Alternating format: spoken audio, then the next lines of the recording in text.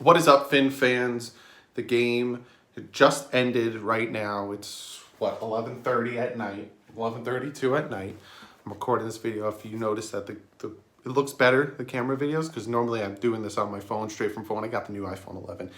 I specifically got it because the cameras do look better, so I could do stuff like this, and it looks crisper, looks better, especially if I live stream from my phone. It looks better. Took a ton of notes during the game.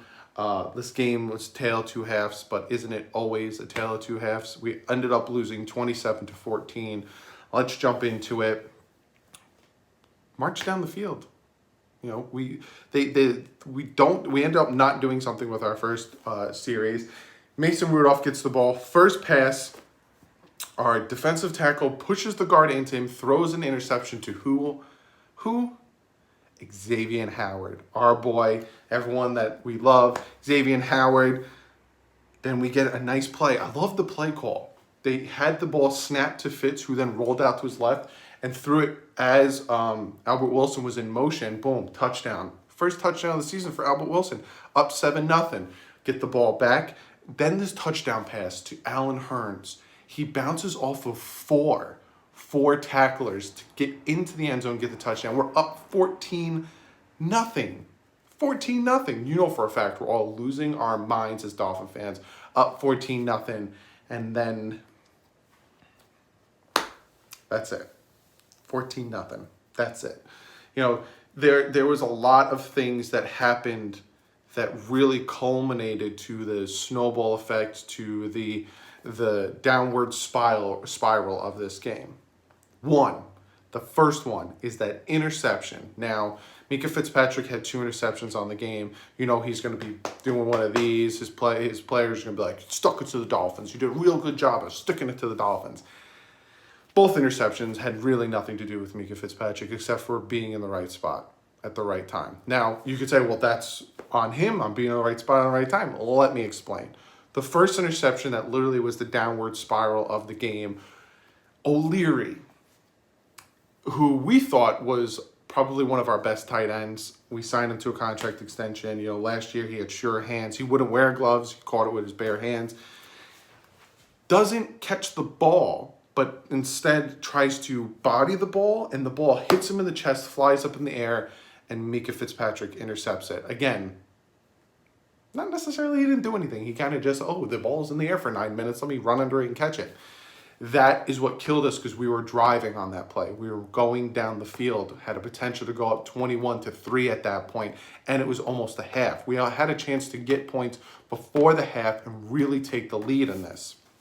Then we have the offensive pass interference on Xavier Howard. Now, some Steeler fans think that it should have been offensive pass interference. Dolphin fans were like, it's definitely offensive pass interference because Xavier Howard brings his hands up to intercept the ball, but his right hand can't come up because Juju is just grabbing his arm. I think it was Juju or Washington. If that doesn't happen, Xavier Howard gets his second interception, and they don't have the chance to pull off one of the stupidest things I've ever seen in my entire life. 3rd and 20. I think there was about 25 seconds left on the clock before the half. The Dolphins send 8. They send 8, and they play man on man. Xavier Howard had his dude. I think Bobby McCain had his dude, and I think Needham had his dude, or Rowe had his dude. That was it, and they set the house at the Pittsburgh Steelers. Now, a lot of people are like, that's stupid. You know, it's 3rd and 20. You play safe, this, and that. You know, I don't hate the aggressiveness. What I hated was the type of aggressiveness that they called in that moment. Blitz. Send 6. Send 5. Wholeheartedly okay with that. Have your 4 defensive linemen go. Send Baker on a screamer up the middle like you did to Josh Allen last week. Wholeheartedly okay with that. But don't let what happened happen. Don't give them a chance to convert a 3rd and 20 into a touchdown. Like, Xavier Howard, obviously they knew what they were doing, so they had the receiver run a crossing route. So the one receiver ran a post route and the other one ran a crossing route, or a streak route and the other one ran a crossing route. Essentially, Xavier Howard, playing man on man, had to cross over the receiver and the corner coming at him. Delayed, guys wide open, had a ton of real estate to run it because you're playing man-on-man with 3 secondaries. It was a bad call. Absolutely bad call. And that's on Graham. He's the defensive play caller. Graham calls the defensive plays. And O'Shea calls the offensive calls. Flores does not call either one. So it was bad. And then the pass interference on Juju. So they get the touchdown. We're up by 4. I'm thinking to myself, all right, whatever. We're up by 4. We could still pull this off. That pass interference call on Juju was just atrocious. Absolutely atrocious. First off, the ball was overthrown. He couldn't even catch it if he wanted to. Second, he fell. The corner didn't even touch him, and he fell. It was a bad call. Absolutely bad call. And then the touchdown to Juju with Lamone's on him, there's nothing he could have done there. He actually got his hands on the ball, almost intercepted it. The ball just fell into Juju's hands. It's just bad luck. Bad luck on that position. Let me just talk about 2 things, and then I want to talk about something really important that I noticed with this game, right? The other thing I want to talk about is the Dolphins team. They're, like I said before, a tale of 2 teams. The first half, we're up 14-0 and 14-3, and we give up the stupid play 14-10, right? It's stupidity around the whole team for that 3rd and 20, but it also did culminate from O'Leary allowing the interception. You don't let the ball hit you in the chest, you actually catch it. They never do the 3rd and 20 play. They never score. And I know if and buts and this and that and da-da-da, if my aunt had this, she'd be my uncle. I get it. But as a fan, you got to look at things like that. And those are the mistakes I talk about in my videos where I say don't make stupid mistakes. You got to catch that ball. You catch that ball, we might be up 17-3, 21-3. A whole different ball game. Again, a whole different ball game. It's that. In the second half, it's like Xavier Howard gets injured. I don't know if he tweaks his knee. I don't know if they rushed him back too soon. But he gets taken out, and you see how different this team is without Xavier Howard in that defense. You see how they just tear them apart. Tear them apart. 24, I think it's Smith, or I don't care to remember his name because he's not going to be on the team next year. Playing 8 yards off his receiver, and you just tell, you're playing this far off my receiver. Quarterback just tells him, run a curl route. Run up to the first down, turn around, I'm going to hit you with the ball. He's not going to have enough time to run up and intercept that ball because look how far back he's playing. Without Xavier Howard on the field, you can see the difference. Because with Xavier Howard on the field, he was shutting people down. Xavier Howard is an elite corner. Yes, he's injured. Yes, he's dealing with an injury. I would, as much as it sucks, if the injury is something that he needs time to rest so he can become 100%, I'd shut him down. Because at this point, you're 0-7. I'd shut him down, let him rest for next year. But it depends on how severe the injury is. But again, a tale of 2 halves. It's just what is going on with the second half. Now, there's the fan base that likes to think that they're doing what I won't talk about anymore. And there's a fan base that thinks that all right, let's talk about it because, again, I have notes and I want to talk about it. I honestly think it has to do with the inexperience, and I think it has to do with the young team that the team has right now. They're in a rebuild. They got rid of the vet. They got rid of the contracts. They got rid of the freelancers, so they have a young team that is having a hard time transferring over. It also doesn't help that every half, it seems like, we have momentum killers. So that's that.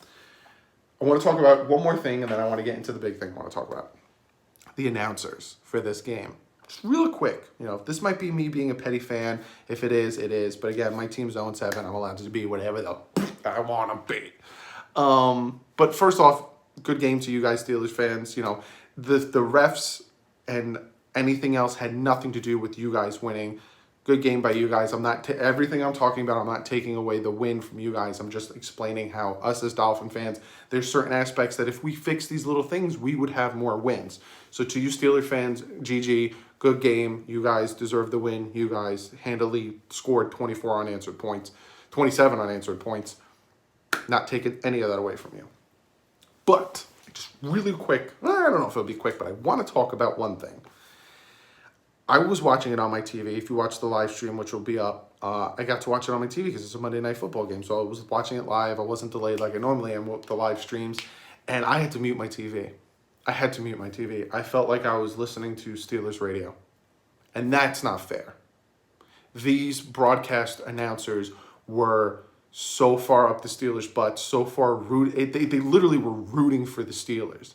Like, it seems like they are like, oh, look what the Dolphins are doing. Screw them. They were rooting for the Steelers, and it bothered me. I had to mute it. Like, really? Really? There's no unbiased commentators, because when the Patriots play, Chris Collinsworth is so far up the Patriots' butt, and it bothered me tonight. It did. I might have been a little peeved off that we were up 14-0 and then didn't do anything for 3 quarters, but it bothered me. It really did bother me. And now I want to talk about the big thing before I get to the comment of the day. Brian Flores. A lot of you guys want to say that you're done with this team, even though we knew going into this team it was a rebuild, it was a hard reset, whatever you want to call it. We knew what we were getting into. So to judge Brian Flores off of the wins and losses and all that stuff is unfair to him, because he hasn't even brought his players in. He's running a scheme without his type of players. He's trying to do something out of nothing. And you see it getting better every week, right? But the one thing I will say is this man has heart, because on the 4th and 1 or 4th and, I think it was 4th and 1, when Fitz went for it and they challenged it and they reversed it, essentially moving the ball back to the 37, I think they said, or 47. They remeasured it. We were short by this much. Brian Flores lost it. Absolutely lost it. Was dropping F-bombs, was dropping BS bombs, was lost it. For literally to the point where he's yelling at the ref to get over here and explain it to him. Then the Steelers run a play, and then he's still yelling at the ref to get over here and explain to me how that this, and just lost it. And I loved every minute of it. Go back and watch the live stream. I was loving every minute of it. That's what I want to see out of my coach. You never saw Adam Gase lose it like that. You never saw Adam Gase. He would just put his hat down and all right, whatever. And then he'd blame everyone else but him. I love the fire I saw from Brian Flores. I really, really, really loved it. And it just made me feel good that he's my head coach. Now, he has to still prove to me, once he gets his guys in here, once he's able to run his scheme properly, once he's able to do what he needs to do, that he can start to win. But as of right now, I'm taking the little things. I'm watching this season. Essentially, that's what this season's all about. We're rebuilding. We weren't going to go to the playoffs. We knew we weren't going to the playoffs. It's about building, rebuilding, hard set. You watch the little things. You pick out the good, and you take it into next season, and you build on it with 120 million. And now I think it's not 7 picks in the first 3 rounds, because I think the Juwan James pick is now a 4th comp because he hasn't played and he's been injured, which is stupid. Real quick, that is stupid. He signed his big contract. He's with another team. Why are we getting punished for the fact that he can't stay healthy? Stupid. Same thing with Cameron Wake. It might go from a 5 to a 6. Stupid. I hate that rule. It should be abolished. The Dolphins should do something about it and go after the league, because it's stupid. But be sure to comment below. Let me know what you guys think about this game. I know this game was another hard one. It was like last week and the week after, where we had a chance. We were up at half, and then we just can't be a second half team. I think we get outscored by 100 points in the second half. Be sure to comment below. Let me know what you guys think, and I'm going to get to one of you guys' comment of the day. This one comes from EU Noah, who was on Twitter, and he tweeted at me during the game, what happens if tanking doesn't work? What if we are the next Cleveland Browns? Would like to know your take. So he wants to know my take. What if he thinks we're tanking? Some of you guys think we're tanking. Again, I talked about this. If you think we're tanking, if you don't think we're tanking, you guys are still thinking in an aspect that'll bring us towards success. So I'm not going to bash either or. But he's asking, what if what we're doing this offseason doesn't work? What if we're the next Cleveland Browns? For one, that would suck. It would really suck. Now, I'm not a fortune teller. I'm not going to tell you that it's not going to happen and we're going to be successful and this, and that. I hope it happens. And I tell you all the time, I hope this happens. I hope it pans out. And I hope we become a great team. But if it doesn't happen, then you just fix it. You just move on. Don't sulk about it. Don't, like your dad or whoever said to you, if you fall, you pick yourself up, brush it off, you move on. That's essentially what the Dolphins need to do, and that's what we need to do. Just brush ourselves off and move on. But I honestly think that, for one, we're not tanking. I do think we'll still win about 2 or 3 games. But I think that Chris Greer knew where he fell, and he knew where his judgment lapsed, and he brought people in to help him with that. I think Brian Flores is the right head coach. We need the coordinators. I don't know. Again, we don't have the personnel for the scheme that we're running. So again, this year is more about seeing what we have. But I think this will work out. I think it will pan out. And I think come next year, we're going to be a 8-win team. And then the year after that, we're going to be in the playoffs. I really do think so. But thank you for the comment, EU Noah. Be sure to follow me on Twitter. Go check that out. Real quick, I think I have a new Patreon. I think All Harvified is one of my new Patreons. I have to check that out. But again, at the end of tomorrow's video, because I'm going to record a video talking about the trade deadline stuff, I'm going to pop up. If you want to join my Patreon, it's below. $4 gets you shouted out at the end of the video. $8 makes you a mod, and you get first dibs at comment of the day. I haven't made any more tiers besides that, but I think I'm going to do more where you guys have a chance to go live with me. I got a bunch of stuff in the work. Also got merch in the work.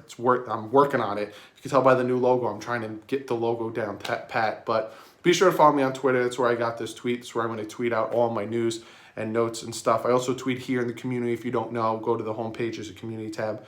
I comment all day about all this stuff, like the Drake trade, which, hey, we tried to re-sign him. He didn't want to re-sign. He wouldn't reach out to us when we were reaching out to him. Get something for nothing. We get a 6th, potentially a 5th from the Arizona Cardinals. That 5th is what we gave to them. Essentially, we traded Kenyon Drake and a 2nd for Josh Rosen. It is what it is. I would like to keep him, but it didn't happen. Also, be sure to check out the Bit Boys.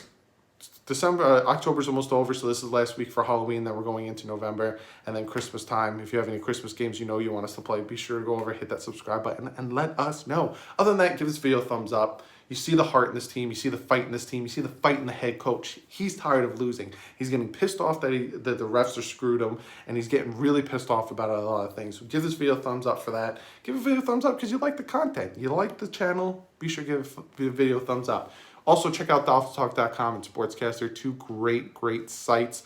One is a streaming service that I stream on. The other one is a great site that has podcasts, articles, and other YouTubers on there. Go check it out. Other than that, if you haven't hit the subscribe button yet, be sure to hit the subscribe button. Also, turn on notifications to all. You hit the bell, you go to all, click it. You see when I go live and when my videos post. But other than that, I will see you guys tomorrow at the end of the trade deadline. If we do something, you'll get a video. If not, I'll see you guys with the picked video. But like usual, stay classy. Hey, we did well in the first half today. We just got to put a full game together and we'll get that win. But stay classy. Fins up.